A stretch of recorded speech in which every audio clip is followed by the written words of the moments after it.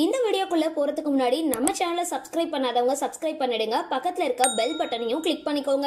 வாங்க வீடியோக்குள்ள போகலாம். தமிழ் சினிமால 70-80களில் முன்னணி நடிகையா வலம் வந்தவங்க தான் ஒய் விஜயா.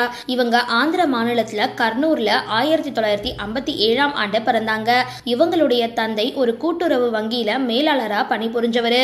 ஒய் விஜயா நகைச்சுவை, குணச்சித்திரம், வில்லின்னு பலதரப்பட்ட கதாபாத்திரங்களை நடிச்சிருக்காங்க. நடிகை விஜயாவுக்கு நடனத்து மேல மிகுந்த ஆர்வம் இருந்தது. அதனால விஜயா கிளாசிக் நடன மங்கையா விளங்குனாங்க.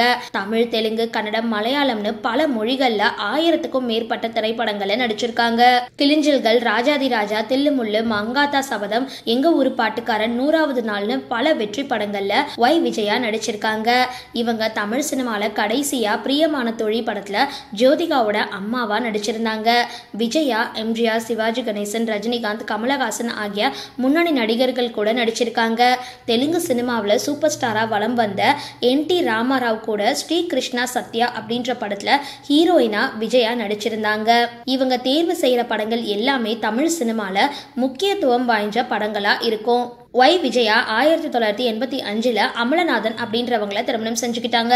அமலநாதன் கல்லூரியில மேலாளரா பணியாற்றிட்டு வராரு. அது மட்டும் இல்லாம தனியா தொழில் செஞ்சுட்டும் வராரு.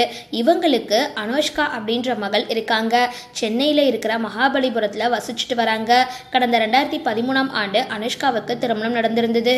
சரி, இந்த வீடியோ பத்தின உங்களோட கருத்துக்களை கீழே கமெண்ட் பாக்ஸ்ல போஸ்ட் பண்ணுங்க. வீடியோ பிடிச்சிருந்தா லைக் பண்ணுங்க, ஷேர் பண்ணுங்க. மறக்காம டிபி காபி சேனலை சப்ஸ்கிரைப் பண்ணுங்க.